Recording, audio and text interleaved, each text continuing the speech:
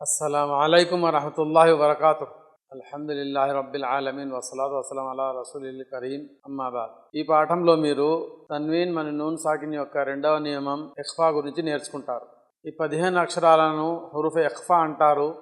తా, సా, జీమ్, దాల్, జాల్, జా, సీన్, షీన్, సాద్, వాద్, తా,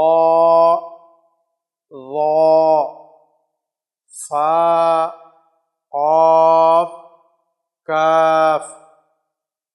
తన్వీన్ మరియు నూన్ సాకిన్ తర్వాత హురుఫ్ ఇఖ్ఫా నుండి ఏ అక్షరం వచ్చినా కానీ తన్వీన్ మరియు నూన్ సాకిన్లోని నకార శబ్దాన్ని ఒక అలిఫ్ ఉచ్చరించే కాలం మేరకు ముక్కులో మరుగుపరచాలి. దీనిని ఇఖ్ఫా అంటారు. ఉదాహరణకు నాతో పాటు మీరు కూడా చదవండి. అంత ముందిరు. ఈ పదంలో నూన్ సాకిన తర్వాత తా వచ్చింది, అలాగే నూన్ సాకిన తర్వాత జాల్ వచ్చింది. కిరామ కాతిబీన. ఈ పదంలో తనీన్ తర్వాత కాఫ్ ఉన్నది. కుంతు తురాబన్. ఈ పదంలో నూన్ సాకిన తర్వాత తా ఉన్నది. యతీమన్ ఫఆవా. ఈ పదంలో తనీన్ తర్వాత ఫా ఉన్నది. మన్ దఖలహు. ఈ పదంలో నూన్ సాకిన తర్వాత దాల్ ఉన్నది. రసూలిన్ కరీమిన్.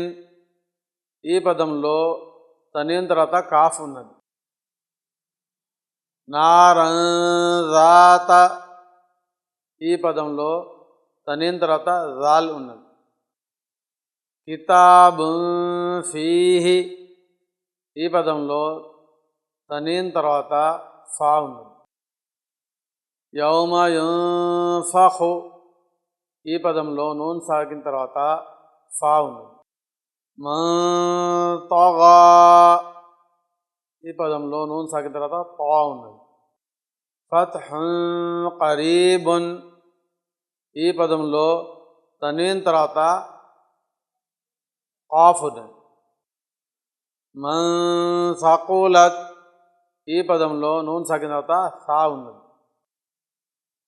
అంజల్నా. ఈ పదంలో నూన్ సాకిన తర్వాత జా ఉన్నది. షైఇన్ కదీరున్. ఈ పదంలో తనీన్ తర్వాత కాఫ్ ఉన్నది. ఈ విధంగా ఇఖ్ఫా యొక్క నియమాన్ని బాగా జ్ఞాపకం చేసుకొని దాని ప్రకారం ఖురాన్ చదివే ప్రయత్నం చేయండి. అస్సలాము అలైకుం వరహమతుల్లాహి వబరకాతుహ్.